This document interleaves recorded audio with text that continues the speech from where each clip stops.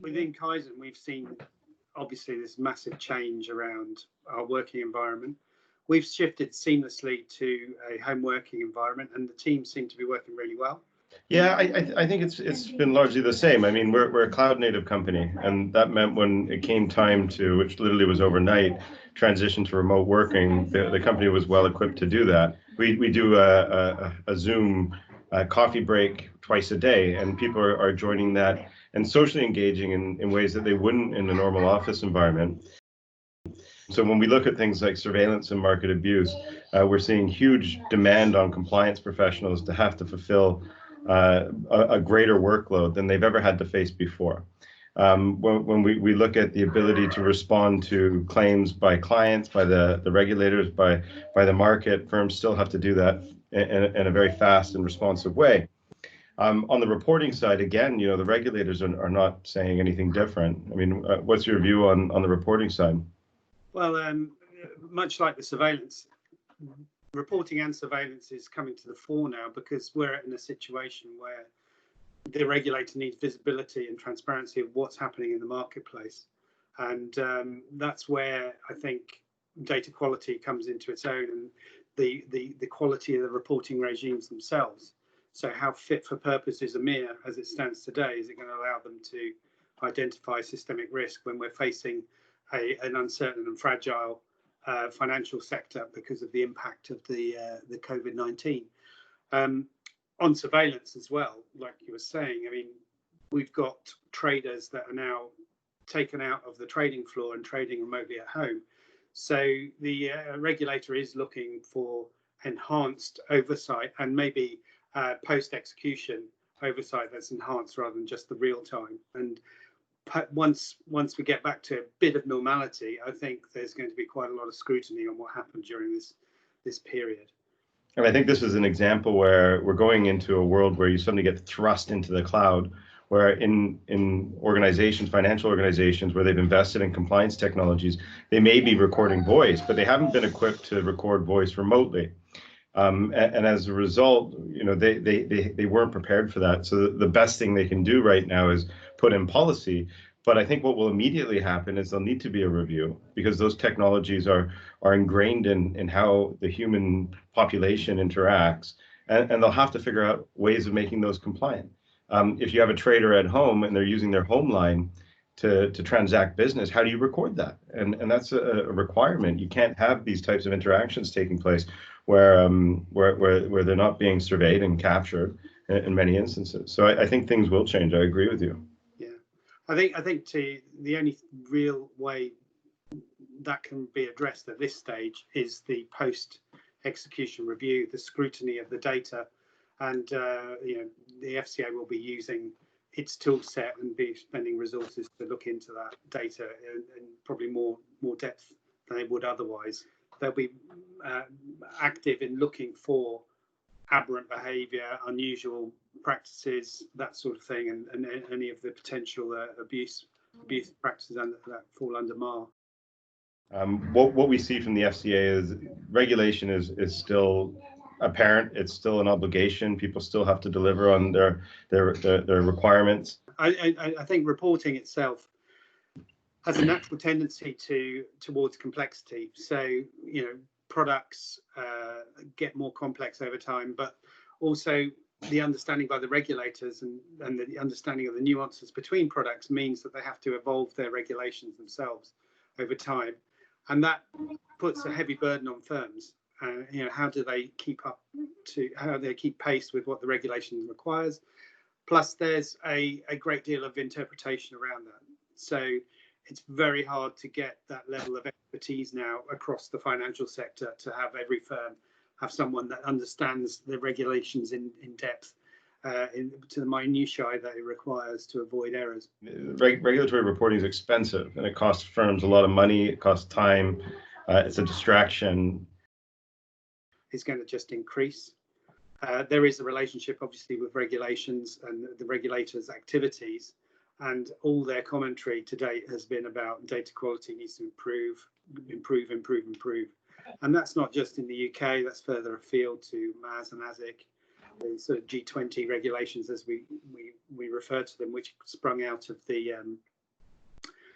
sprung out of the credit crunch and the need to have the ability to see where systemic risk lay across the financial system as a whole. As you start to look at the firms that are succeeding in solving regulatory problems and really doing it properly, they're the ones that are understanding going to vendors who really understand data is the answer to solving their problem. And I think, one of the reasons why we started SteelEye was that we believe that the data that's required for reporting and surveillance and best execution and analytics around regulation not only is consistent in many ways. So as you solve for regulatory problems, each regulation is leveraging very similar, if not the same data sets. But that data is also very meaningful for businesses. So what we wanted to do was build a platform that would allow people to bring data together, clean it up, aggregate it, and then leverage it for regulatory purposes with a longer outlook of being able to solve other problems, which could be kind of commercial value and operational efficiencies. You say all of the firms we've engaged with have been misreporting, and not by intent or any other purpose, that the legacy solutions out there were missing things or doing things in the wrong way, and it just never got picked up by the regulator or the market participant or any of the intermediaries. And what's exciting for us is as we have our clients come on board, especially existing ones who are using other parts of our platform, we solve these problems for them. So there's a lot of remediation work that happens just naturally as you start to look at things from a data-centric lens. Clearly, SFTR is the big one for this year. There are delays that the regulator has announced.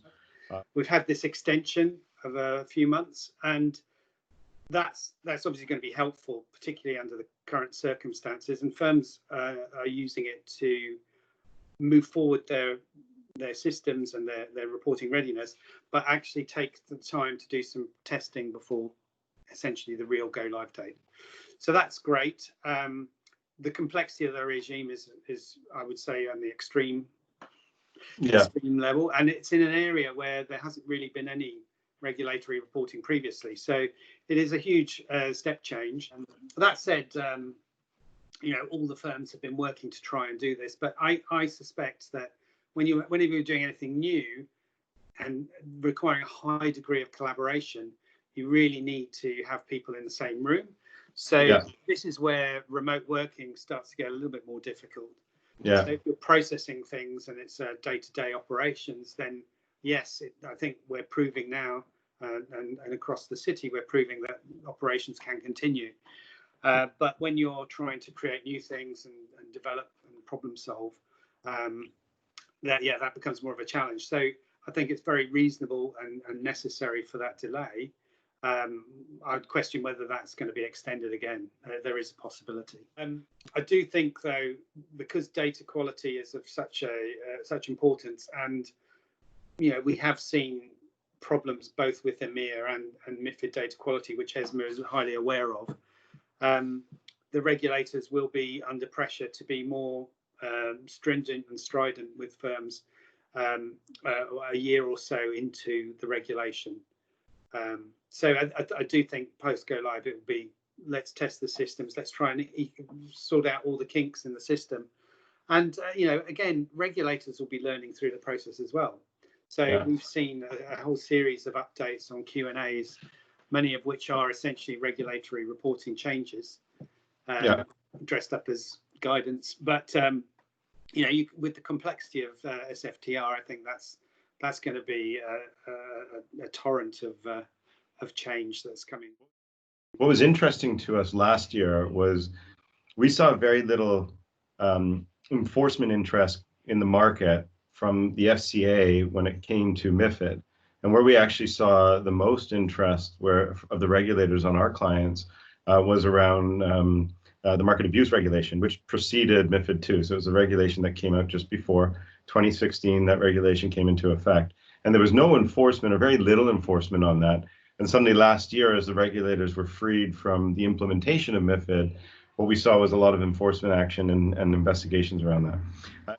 Then as you start to look at what's happening today with COVID, right? So there's the delay in SFTR. There's also a delay in best execution. Now, best execution was a key element of the regulation.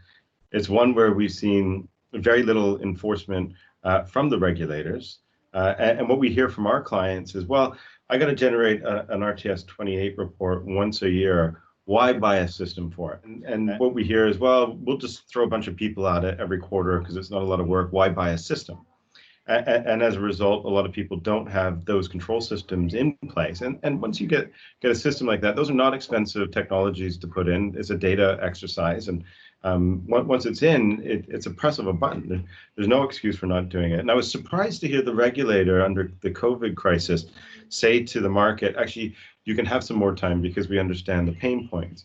Because I don't believe that. I think firms that would have put in the right systems would not have pressure or pain. They can produce those reports literally at the click of a button. It's all those firms that didn't put in the systems, that do it manually, that are under pressure. And that's where the regulators should be coming in and saying that the systematic capabilities are there.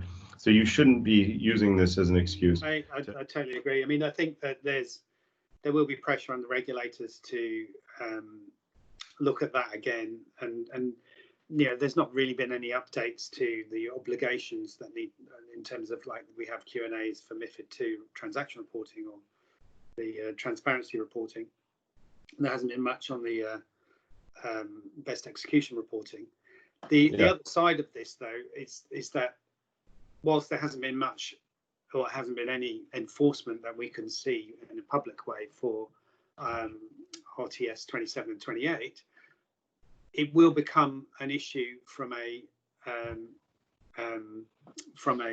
senior management regime perspective, and the controls that the regulator expects the senior executive to have in place so that they can demonstrate the execution of their responsibilities. Yeah, I mean, the senior managers regime is such an interesting one, because in some ways, it's a terrifying piece of regulation for the individual who's performing those executive management roles. And in other ways, it's actually really important for accountability to be there in the executive structures of firms. I totally agree. It's a massive step change. It's not just a kind of extension of the approved persons regime. This is really a dramatic alteration in the regulatory landscape. That regime is most at risk, I think, in reporting, where the firm's reporting failures are kind of easy to establish. They're kind of black and white. So for medium to large firms, the likelihood of the SMR regime being tested out against them is most likely to be, in my view, or more likely to be, in my view, around reporting breaches. So you can say that is a breach. So that's no longer that's no longer to be contested. It's the question of, well, has the SMR discharged their obligations, taken reasonable steps and so on to make sure reporting was correct, even though it, you know, and subsequently it was discovered that it wasn't. So that means that SMR is a much greater risk area for reporting SMRs than I think in some other areas of the business where it's a little bit more nebulous. I'm firmly of the view that our services are you know, the return to our clients isn't just avoiding regulatory sanction. There's a much higher return, and it's a measurable return where you know, they're saving on remediation activities, they're saving on management time that has to go into this, and saving on investment of building out their own controls environments for assurance on recs and accuracy. And they are quite considerable. And you know, the total cost of compliance, compliance costs are very hard to measure, but firms are now looking at that as a bottom line figure. That, you know, if you have good compliance, good practices, investment in compliant controls and compliance at the right point, that will drive profits to the bottom line and make the revenues and the profits more sustainable and more predictable for that business, because they know they're not going to get slammed with a massive fine or a massive investigation that they have to throw money at. So firms should be thinking about, okay, we've got to get live, but we have to resource the future as well, which will be that change program to keep up to date with the flow of changes coming from regulators. And often we see that the control piece is the last piece of the puzzle, because firms are too busy trying to just get reports out the door. The control piece gets forgotten. But that control piece can be a very important cost-saving measure for the firm, because generally anything that's wrong has to be corrected in the future. So if you put the controls in early, then you can sort of what we call stop the bleed as early as possible. It reduces the future cost. So it's not just about regulatory risk, it's cost, the total cost of reporting. And you have to include that audit, that remediation part into that calculation. I think from my perspective, back to the original part of our conversation around data and being very data centric when it comes to focusing on regulation, that's where some of that value can come from. We see quite regularly financial firms executing through order management systems, having execution and portfolio platforms that sit behind that, that allow them to manage the overall life cycle of a transaction, and disconnects between those two environments, which can be timely to rectify, highly risky to the business in terms of getting real-time information. And as you solve regulatory challenges such as reporting, you do have the ability to fix some of those issues those firms are facing. Ultimately, by fixing some of those things, you can make your business more efficient, you can de-risk it, and bring added value to your firm. But we try to look for those opportunities where we can help fix something beyond regulation.